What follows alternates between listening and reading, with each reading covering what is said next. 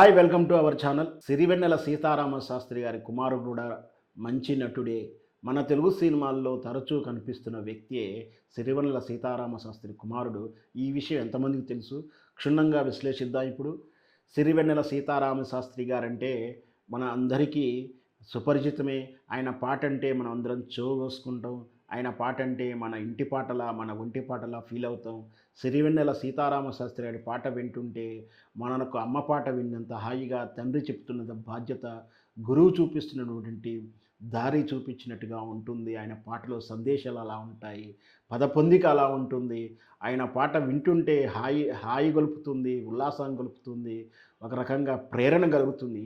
అంత అద్భుతమైన పాటలు ఇచ్చినటువంటి సిరివెన్నెల సీతారామ శాస్త్రి గారు లేని లోటు మనం ఎవ్వరూ తీర్చలేము. సిరివెన్నెల సీతారామ శాస్త్రి అంటేనే తెలుగు సినిమా పాట, ఆ పాటకు ఏ విధంగా అందాన్ని తెచ్చాడో, అర్థాన్ని తెచ్చాడో మన అందరికీ తెలిసిన విషయమే. అయితే సిరివెన్నెల సీతారామ శాస్త్రి గారు అతను 1986లో వచ్చినటువంటి సిరివెన్నెల చిత్రానికి మొదటిసారిగా తెలుగు పాటలు రాయడం ప్రారంభించారు. అది మొదలు 2021 వరకు ఎన్నో వందలాది చిత్రాలకు వేలాది పాటలు రాసినటువంటి సిరివెన్నెల సీతారామ శాస్త్రి గారు ప్రతి తెలుగు ఇంటి వారికి, తెలుగు వారి అందరికీ సుపరిచితం. అతడు నిగ్గదీసి అడుగు సిగ్గులేని సమాజాన్ని అని, గాంధీ అంటే ఇంటి పేరు కాదురా అని, నమ్మకు నమ్మకు ఈరేయి అంటూ ఇట్లా ఎన్నో పాటలు సురాజ్యం అవ్వలేని స్వరాజ్యం ఎట్లవుతుంది ప్రశ్నించడం, అర్ధరాత్రి వచ్చిన స్వతంత్రాన్ని స్వతంత్రం అందామా అంటూ ప్రశ్నించినటువంటి పాటల ప్రేరణ తెలుగు సగటు ప్రేక్షకుడికి అది మర్చిపోలేని పాటలు సీతారామ శాస్త్రి గారు.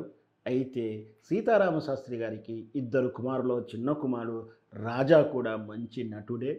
మనం ఆల్రెడీ సినిమాల్లో చూస్తూనే ఉన్నాం. కానీ ఆయన సీతారామ శాస్త్రి కొడుకని చాలా సహజంగా సినిమా ఫీల్డ్లో నెపోటిజం గురించి మనం తరచూ వింటూ ఉంటాం. అంటే బంధుప్రీతి, బంధువర్గము అంటే వాళ్ళ కుమారులని, వాళ్ళ వారసుల్ని వాళ్ళే ఎంకరేజ్ చేస్తారని.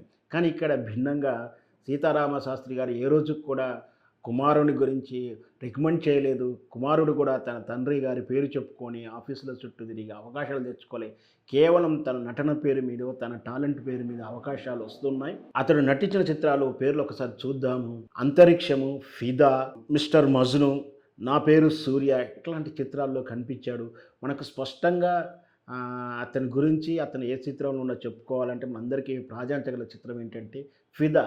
ఫిదాలో సాయి పల్లవి అన్నగా చేసినటువంటి వ్యక్తి రాజాని సీతారామ శాస్త్రి కుమారుడు.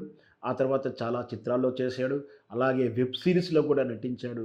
ఇంత మంచి నటుడు తన ఐడెంటిఫికేషను, తన టాలెంటే అని చెప్పుకుంటూ నెపోటిజాన్ని ఎంకరేజ్ చేసుకోకుండా, నమ్ముకోకుండా కేవలం తన నటననే నమ్ముకున్నాడు. ఇట్లాంటి మంచి నటుడు, మంచి ఫేర్ అండ్ ఫిగర్ ఉంటాడు. నటన టాలెంట్ విషయంలో కాదు, షెడ్యూల్లో, సినిమా లొకేషన్లో కూడా తోటి ఆర్టిస్టుల పట్ల కానీ, టెక్నీషియన్ల పట్ల కానీ మంచి ప్రవర్తన కలిగినటువంటి మంచి నటుడిగా పేరు తెచ్చుకున్నాడు. ఇంకా మంచి మంచి చిత్రాల్లో నటించాలని కోరుకుందాం. Thank you.